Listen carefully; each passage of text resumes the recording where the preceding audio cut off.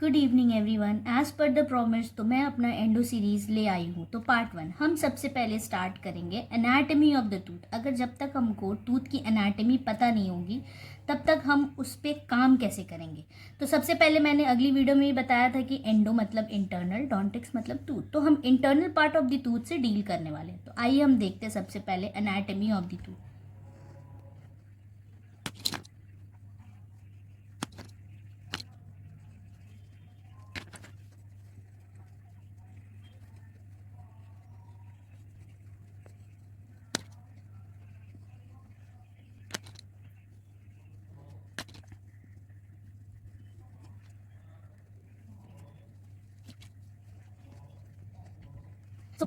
तो आपको पता है कि जो टूथ है उसमें दो पार्ट में डिवाइड करेंगे। सबसे पहला तो क्राउन पोर्शन हो गया एंड देन हो गया रूट पोर्शन।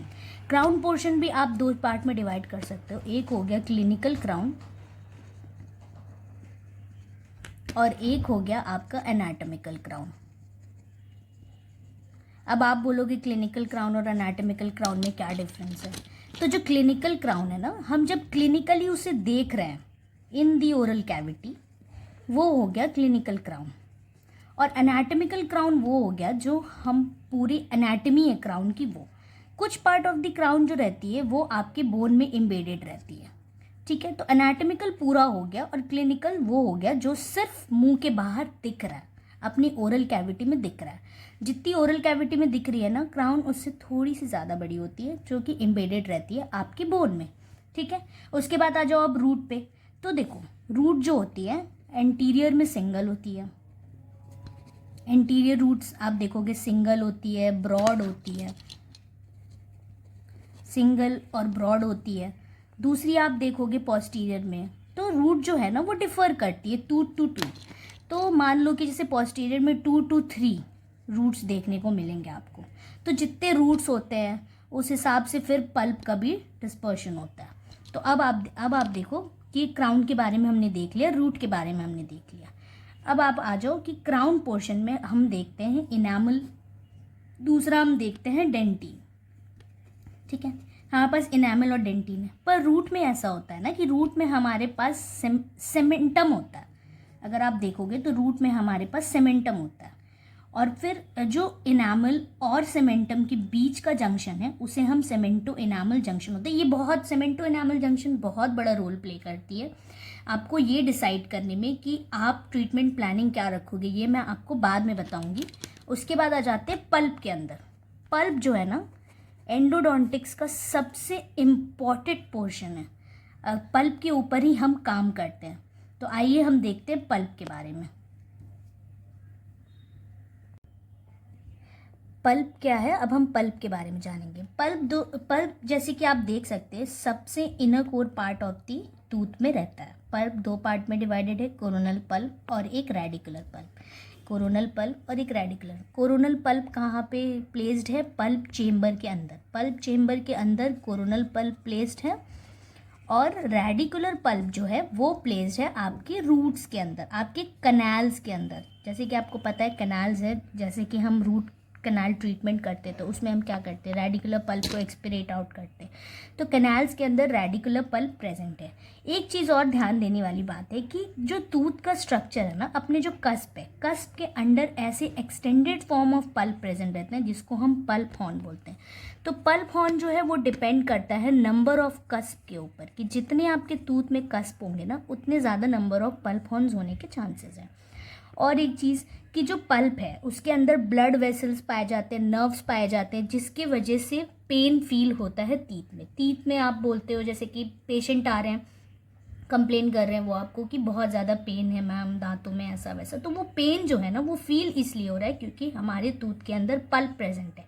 ये एक वाइटल टिश्यू है। पल्प क्या है? वाइटल टिश्यू है। तो ये इसके कारण हमारे दांतों में दर्द फील होता है। इसमें ब्लड वेसल्स, नर्व्स, ये सारी चीज़ें प्रेजेंट है। अब ये पल्प जो है वो outer part of the tooth से कैसे कनेक्ट करता है, हर टूथ में अपाइकल फोरामेन प्रेजेंट है। एंड ऑफ द रूट में अगर आप देखोगे ना तो अपाइकल फोरामेन प्रेजेंट रहता है, और ये अपाइकल फोरामेन से पल्प और पेरी रेडिकुलर टिश्यू कनेक्ट करते हैं। अगर आप देख पाओगे तो पल्प और पेरी रेडिकुलर टिश्यू जो है वो अपाइकल फोरामेन के थ्रू कनेक्ट करते हैं। ये था पूरा अपना एनाटॉमी। अब जैसे कि हम अगर टूथ का सेक्शनिंग करते हैं, जब हम टूथ का सेक्शनिंग करते हैं तो हमें वो टूथ कैसा दिखता है? सबसे पहले इनामल दिखेगा, उसके बाद हमको डेंटिन दिखेगा, फिर हम आ जाएंगे पल्प चेम्बर के अंदर। पल्प चेम्बर के अंदर जैसे ही आप आओगे और आप जैसे ही डेंटिन को पूरी तरीके से कट करके जैसे ही आप चेम्बर में एंटर करते हो, आपको ऑरिफाइसेस दिख जाएंगे। These are the ऑरिफाइसेस।